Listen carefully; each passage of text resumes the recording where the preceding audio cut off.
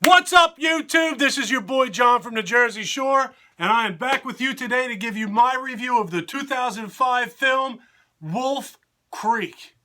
Renderforest.com.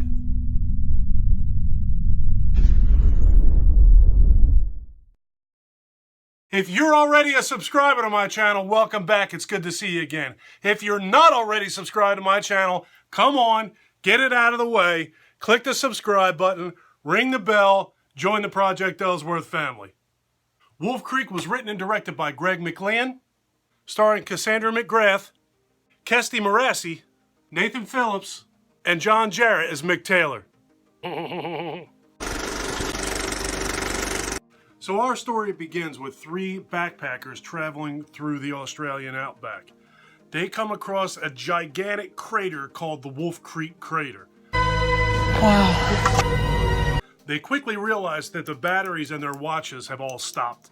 And while they choose to go out on a tour, there's a sign there that says to allow for 3 hours. Not necessarily a tour, but to backpack around the canyon, or the crater. So after they come back from exploring the Wolf Creek Crater, they soon realize, or they very quickly realize, that unfortunately it's not only the watch batteries that have stopped working, their car battery is completely dead and they are stuck. Looks like we might be spending the night. So our backpackers are now stuck in this car. It's gotten dark, so they decide to spend the night in the car, and hopefully they'll have better luck in the morning. So out in the darkness, one of our backpackers seems to think that they saw a light. They think that there's a chance that somebody's out there, so they pull a flashlight out and they start shining it. The other two kind of panic because they don't know what that is out there. They don't know, maybe it is somebody, maybe it isn't somebody, but they don't know who it is. So now we see a car approaching, and someone gets out of that car, and the person that gets out of that car is our next character that we come in contact with, and his name is Mick Taylor. What the bloody hell are you mob doing out here? Scared the shit out of me. Wasn't the guitar player in Duran Duran named Mick Taylor? So Mick offers to try and fix the car. Unfortunately, he's not able to fix the car, so he decides to latch their car, or chain their car to the back of his truck and tow them back to his place. So now our three backpackers are in their car just steering while they're being towed by Mick. Mick has been driving for what seems to be hours. The guys in the car actually say that. How long have we been driving? A few of them fell asleep, it seems to be a very long distance that they're traveling. It literally has been hours. So once they finally get to Mick's place, it's sort of like a compound. There are cars all over the place. It almost looks like a rock quarry. There's broken stone and brick and rock all over the place. They get out of the car and they all sit around a fire with Mick, and they're all just sitting there. They're BSing, they're drinking, they're just having a good time, just talking. So while they're sitting around this fire drinking and talking, our male character, Ben, starts to poke fun at Mick, kind of making it seem like he's dumb. He's like your typical Crocodile Dundee type of Australian guy, like, put another shrimp on the barbie, and no, that's not a knife type of guy. And Mick doesn't seem like he's enjoying that part of the conversation very much. He kind of gets a little standoffish. Well, I can tell you, but then I'd have to kill you.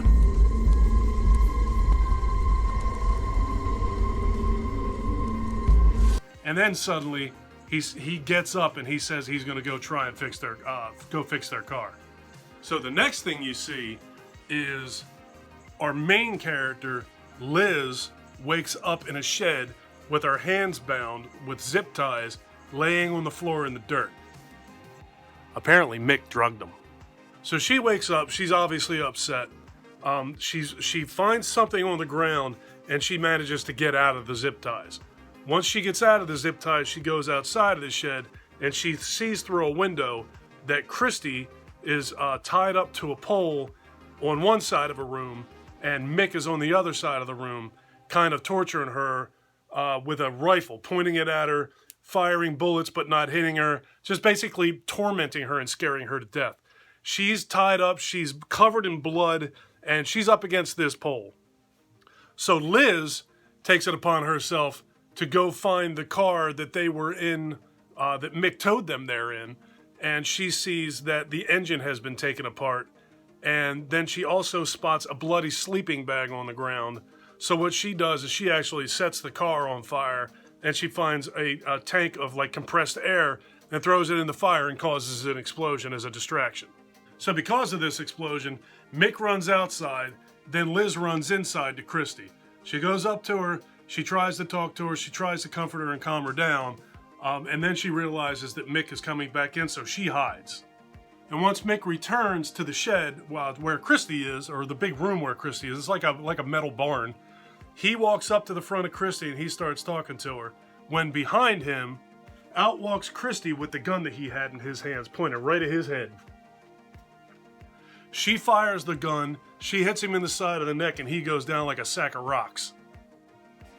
So after he's down, Liz cuts Christy free and they get out of there. They run out and they get in his truck, only to realize that they don't have the keys. So now Liz has to run back inside of the barn to get the keys off of him. She goes back out, she starts the truck, and they start to drive away. And while they're trying to get out of there, Mick comes out of the shed, holding his neck all covered in blood from the gunshot wound, and he's trying to shoot the rifle at them with one hand. So they drive the truck right at him and chase him back inside of this shed. So after he's back inside the shed, they throw it in reverse and they start hightailing it out of there. Then they very quickly realize that Mick is behind them chasing them. In a state of panic, they're flooring it. They're flying down the Outback. They're in the dark. They can't see hardly anything. And then suddenly they slam on the brakes because they almost drove right off a cliff. So the two girls jump out of the car and they quickly realize that Mick is still chasing them. So if they push the truck off of the cliff, maybe he'll think that they drove off of the cliff and he'll go down there looking for them. And that's exactly what happens. He pulls up, pulls out his flashlight, realizes that the truck is down at the bottom of this cliff, and he goes off to the side to go down there to look into the truck to further investigate. While he's down there, Liz quickly realizes that she can move a lot faster on foot without Christy. So she basically tells Christy to go someplace and hide, that she's going to go back to the compound because there's so many cars there and she now has a set of keys in her hand. She's going to go back there to try and get another car because they're simply not going to get out of here alive if they're on foot. So that's that. I'm not telling you anything more about Wolf Creek. You have to see it for yourself. I've already given you too many spoilers and I'm not going to ruin anything else. This movie right here was really, really good. Very convincing, very well acted, very tough to stomach in some situations. It was just an outstanding movie. I never get tired of watching this movie. I've seen it several times, and I just think it's one of the best movies that came out in 2005. As scary as this movie was, what's more scary is that it was actually based on true events.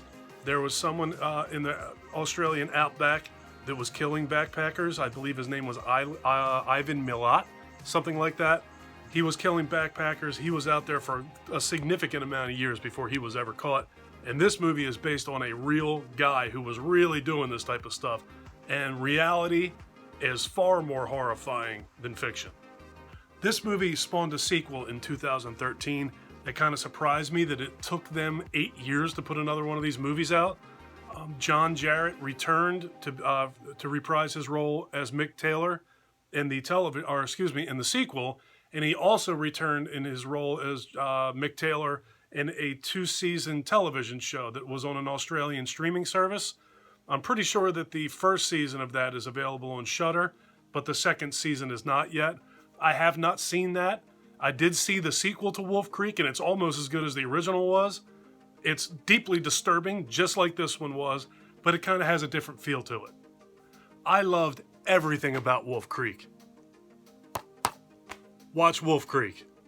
And that's going to do it for my review of Wolf Creek. If you like this video, please give me a thumbs up. If you really like this video, please click that subscribe button. I would love for you to go on this journey with me.